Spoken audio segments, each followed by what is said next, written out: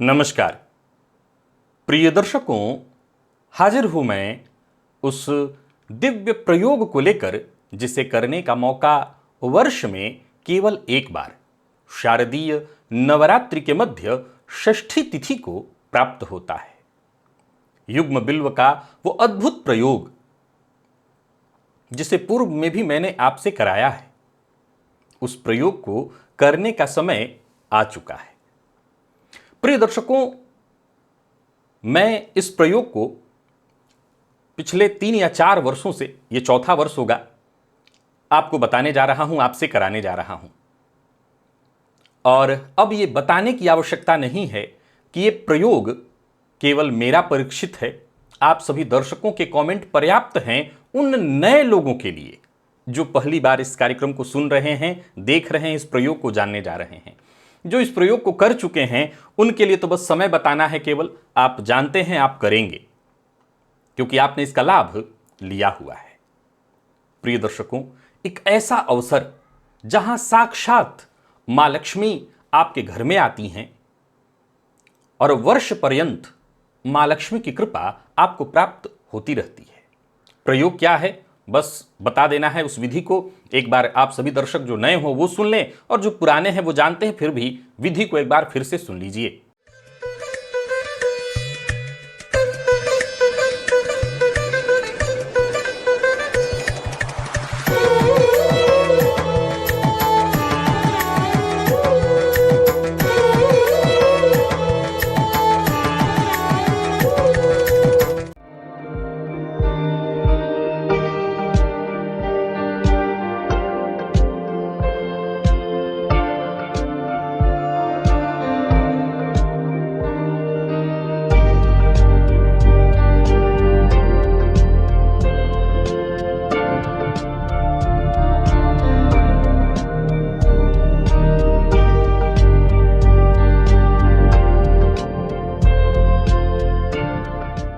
करना यह है कि पंचमी तिथि को सायंकाल अर्थात मंगलवार 8 अक्टूबर सायंकाल आपको बिल्व को निमंत्रण देना है।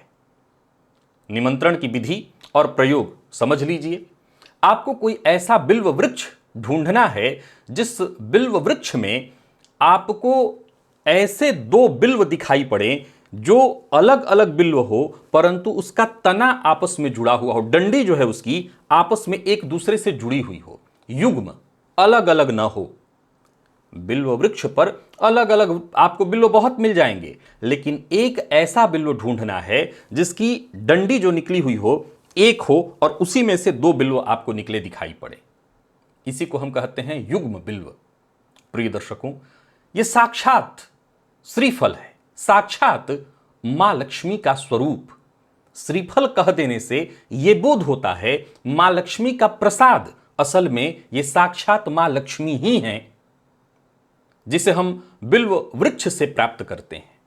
निमंत्रण की विधि बेहद सरल है। पहले तो आप ऐसे वृक्ष को ढूंढ लीजिए और मंगलवार के दिन सायंकाल आपको पंचमी तिथि को सायंकाल, इस बार हो क्या रहा है कि पंचमी में ही षष्ठी, षष्ठी में सप्तमी, सप्तमी में अष्टमी, ये सब एक दूसरे में लगा हुआ है, लेकिन कोई बात नहीं। जैसा मैं आपको डेट बता रहा हूं इसी के हिसाब से आपको यह प्रयोग करना है। तो मंगलवार की सायंकाल आप बिल्व वृक्ष ढूंढ करके रखिए। पहले से ही सायंकाल आपको कुछ सामग्री लेकर के जानी है निमंत्रण देने हेतु।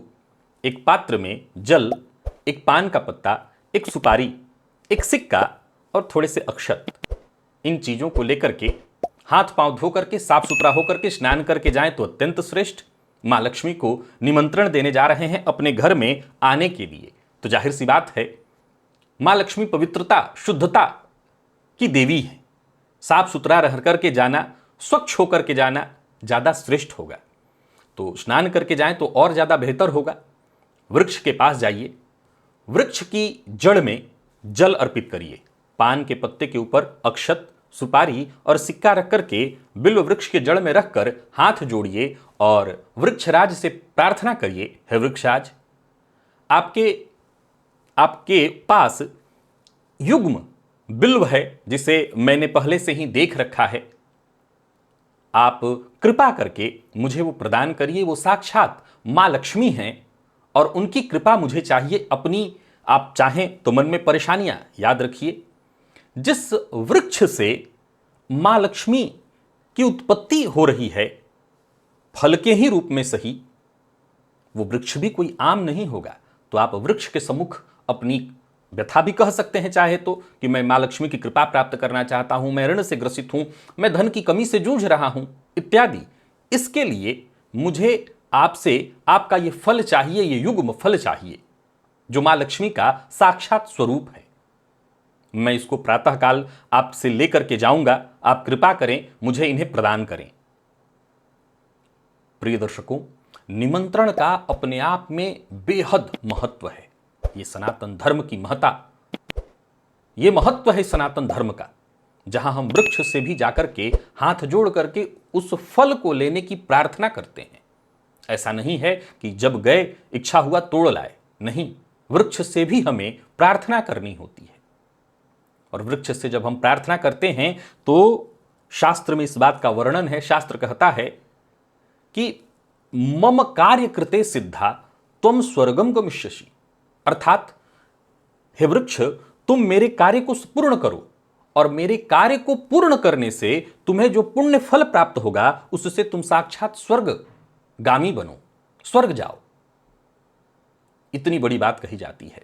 तो ये प्रार्थना करने के पश्चात बिल्व वृक्ष की एक परिक्रमा कर लीजिए और परिक्रमा करके वहीं प्रणाम करके बिना किसी से बोले, मौन रहते हुए, ये मन में सोचते हुए कि कल मेरे घर में मां लक्ष्मी साक्षात आने वाली हैं, उनकी तैयारी मुझे करनी है, मां की कृपा मेरे घर पर अब बरसने वाली है, ऐसा सोचते हुए आप अपने घर आ जाइए और रात्रिकाल हो चुका होगा, सायं के बाद का समय, आप अपने सभी कार्यों में लग जाइए। षष्ठी को यानी 9 अक्टूबर को यह प्रयोग आपको प्रातःकाल ही कर लेना है। प्रातःकाल आप बिल्व वृक्ष के पास जाकर के, अब प्रातःकाल का मतलब क्या, 4, 5, अधिक से अधिक 5:30, बहुत अधिक हो तो 6 लास्ट, इससे ज्यादा देर नहीं। क्योंकि याद रखिए यह अपने आप में बेहद गुह्य है, बेहद गुप्त है। तंत्र शास्त्र का यह अमोघ प्रयोग है। इसे दिखाकर, ढोल बजाकर नहीं किया जा सकता। यह जितना गुप्त रहेगा उतना ही प्रभावकारी होगा। अब एक और बात, प्रिय दर्शकों, वृक्ष बिल्व का कई बार बहुत बड़ा होता है और उतने बड़े वृक्ष पर अगर मान लिया जाए कहीं आपने युग्म फल देख भी लिया है तो जरूरी नहीं है, आपकी उम्र अधिक हो सकती है, आपका शरीर वजनदार हो सकता है आप वृक्ष पर सीधे सीधे न चढ़ पा रहे हों। अगर ऐसी स्थिति है तो घबराने की आवश्यकता नहीं। आप चाहें तो किसी एक अपने विश्वस्त व्यक्ति को इस मामले में ले सकते हैं साथ में। उसे भी आप कहिए कि साफ सुथरा होकर के, स्वच्छ होकर के ही आपके साथ जाए। बदले में उसको तोड़ने का, निकाल कर देने का जो भी दक्षिणा हो, दक्षिणा स्वरूप कुछ न कुछ अवश्य दे दीजिएगा। लेकिन हां, अगर आप खुद से करें तो अत्यंत श्रेष्ठ। नहीं कोई हो, क्या होता है खुद से करने का, तंत्र प्रयोग में हमेशा मौन रहना, खुद से करना, अकेले करना, इसकी बात क्यों कही गई है? आपने गौर नहीं किया कि अगर 2 लोग होंगे तो कुछ न कुछ बात अवश्य करेंगे। 2 लोग होंगे तो कुछ न कुछ बात अवश्य करेंगे। बात से साधना खंडित होती है। यह एक प्रकार से साधना है। साधना हमेशा आसन पर बैठ करके किया जा रहा हो यह जरूरी नहीं है। यह साधना है, यह साधना का क्रम है। घर से निकलने से लेकर निमंत्रण देने से ही आपकी साधना शुरू हो चुकी है। बल्कि आप यूं समझ ली कि जब आपने ढूंढना प्रारंभ किया वहीं से आपकी साधना प्रारंभ हो गई है। और जब आपने ढूंढा, निमंत्रण दिया, आप साधना के क्रम में हैं। साधना का क्रम हमेशा माला जपना नहीं होता। तो साधना के क्रम में कोई साथ होगा तो आप बातचीत करेंगे, कौन जाने की बातों ही बातों में किसी की निंदा, शिकायत इत्यादि शुरू हो गई। आप याद रखिए, धन की देवी मां लक्ष्मी को लेकर के आप जा रहे हैं। चारों तरफ जो वातावरण हो उसमें कहीं से भी निंदा, शिकायत इत्यादि ऐसी कोई बातें नहीं होनी चाहिए। गंदगी कहीं नहीं होनी चाहिए। केवल और केवल स्वच्छता, केवल और केवल पवित्रता, केवल बाह्य नहीं, अभ्यंतर भी, अंदर भी। बाह्य से बात नहीं बनेगी कि आप स्नान कर लिए, मन ही मन ये बुरा हो वो बुरा, ये भी नहीं सोचना। 2 लोग होंगे, हो सकता है आपस में बात करने लगे इस तरह का। अकेले ज्यादा बेहतर है, परंतु कोई दिक्कत नहीं कि अगर आप ऐसे किसी व्यक्ति को साथ लेकर के जा रहे हैं, आप खुद नहीं तोड़ सकते तो ठीक है, आप मौन रहिए, उसे भी मौन रहने के लिए बोलिए। और आप जितने देर उस वृक्ष तक पहुंच रहे हैं, मां लक्ष्मी को प्राप्त कर रहे हैं, तब तक आप मां लक्ष्मी का मन में मंत्र जपते रहिए, मां लक्ष्मी का ध्यान करते रहिए। ये सोचते रहिए कि साक्षात मां लक्ष्मी आपके घर में पधारने वाली हैं। कैसे मैं उनकी पूजा करूंगा, क्या उनके लिए करूंगा।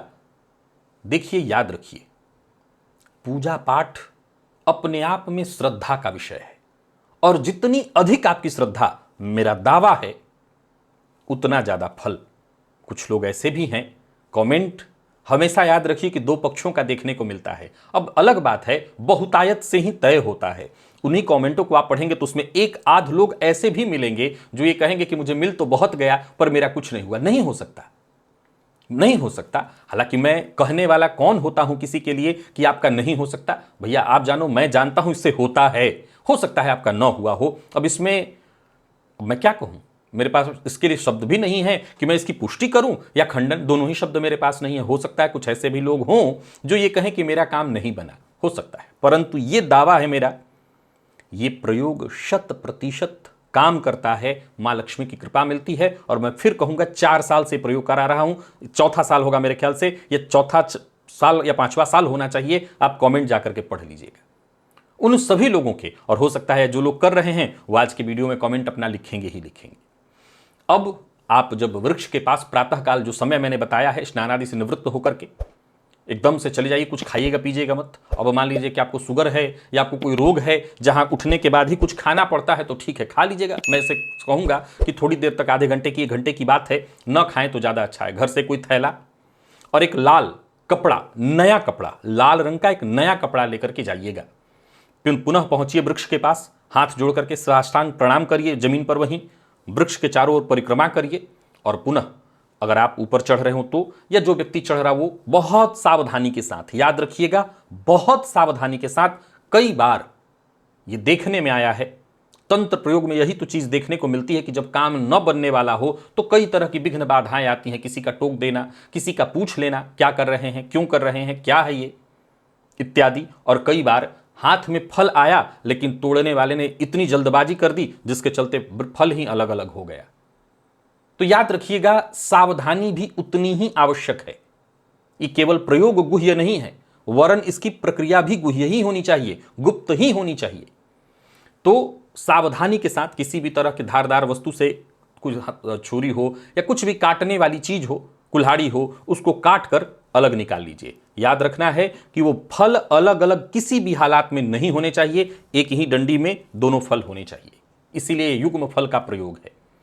और इसके पश्चात उस फल को ले आइए, लाल रंग के वस्त्र में वेष्टित करके, लपेट कर अपने थैले में रख लीजिए, और बस वृक्षराज को प्रणाम करिए। और मन ही मन मां लक्ष्मी का ध्यान करते हुए ओम महालक्ष्मी का ध्यान करते हुए ओम महालक्ष्मी नमः, अथवा श्रीम ह्रीम नमः, श्रीम ह्रीम नमः, ये भी, अथवा ओम महालक्ष्मी नमः, इस मंत्र को मन ही मन जपते हुए, अथवा श्री सूक्त याद है तो श्री सूक्त मन में पढ़ते हुए सीधा घर आइए।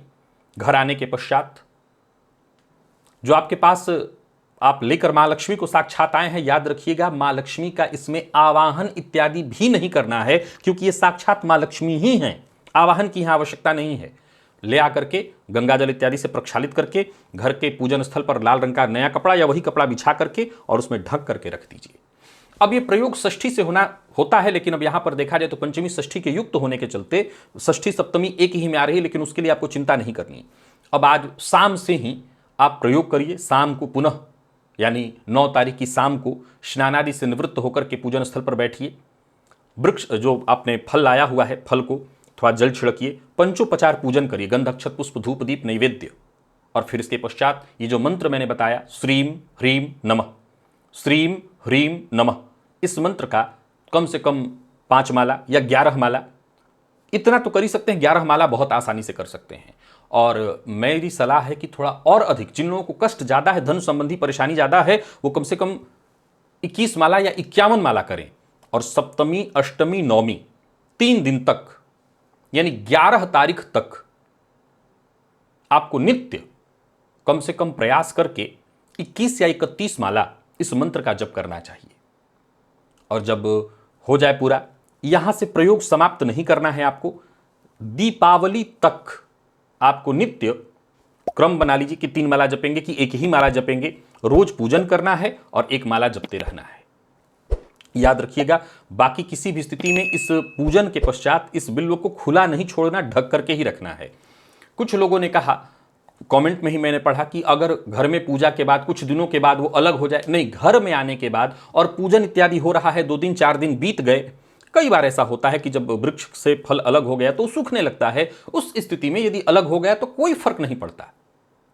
आपके घर में वो युग्म ही आना चाहिए, पूजन युग्म का ही प्रारंभ होना चाहिए। अब मान लिया जाए 10 दिन आपने रखा, किसी ने साल भर किया, क्योंकि ये प्रयोग साल भर तक किया जा सकता है। अगले साल पुनः जब आप इनको हटाएं तब तक, अब इस दौरान हो सकता है वो अलग अलग हो जाएं, तो कोई फर्क नहीं पड़ता। लेकिन अब पहले से ही अलग अलग हो जाए, घर में ला रहे हैं, तो उसका कोई महत्व नहीं है। तो जैसे ही आप यहां पूजन प्रारंभ करिए, दीपावली तक पूजन करिए, और दीपावली के दिन जब पूरा हो जाता है, पहले आपने देखा होगा कि लोग मूर्ति विसर्जित करते थे, अब आजकल तो कोई नहीं करता, लेकिन पहले प्राय छोटी छोटी गणेश जी की, लक्ष्मी जी की मूर्तियां जो मिट्टी की होती थी, उनको विसर्जित अगले दिन किया जाता था। उन्हीं के साथ इनको भी अक्षत इन पर छिड़क करके, इनको प्रार्थना करके कि माँ मेरे ऊपर कृपा बनाए रखिए और आप अपने धाम को जाइए। हालांकि लोग प्रायः कहते हैं कि माँ लक्ष्मी को उनके धाम जाने के लिए नहीं कहा जाता, लेकिन बात उनको समझ से परे है कि देवता कभी आपके साथ नहीं हो सकते, उनका फल, उनका प्रसाद, उनकी कृपा आपके साथ होती है। माँ लक्ष्मी को जाने की, माँ लक्ष्मी आपके पास कभी रहेंगी ही नहीं, क्योंकि माँ लक्ष्मी विष्णु प्रिया हैं, वो विष्णु के पास ही जाएंगी। अब सवाल उठता है कि देवता न कहीं आते हैं न जाते हैं, लेकिन एक क्रिया है, कर्मकांड है, वो करना होता है। तो अक्षत छिड़क करके, उनसे प्रार्थना करके और बिल्व को बहते जल में प्रवाहित कर दिया जाता है।